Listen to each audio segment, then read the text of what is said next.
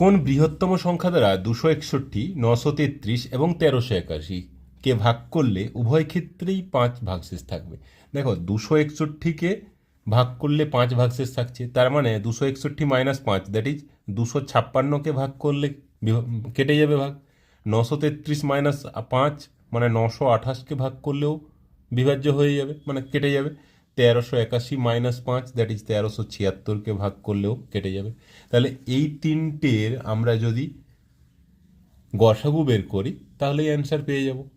তাহলে 256 একটু বড় সংখ্যা দিয়ে ভাবতে পারো। 256 মানে তোমার 16 হোল স্কোয়ার। তাহলে 16 দিয়ে একবার টেস্ট করে দেখো।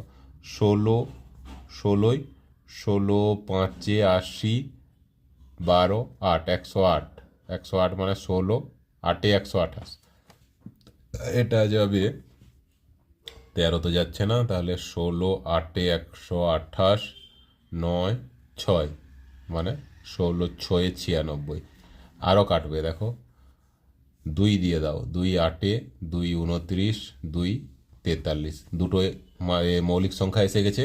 তাহলে 16 আর 2 32 হয়ে যাবে গসাগু।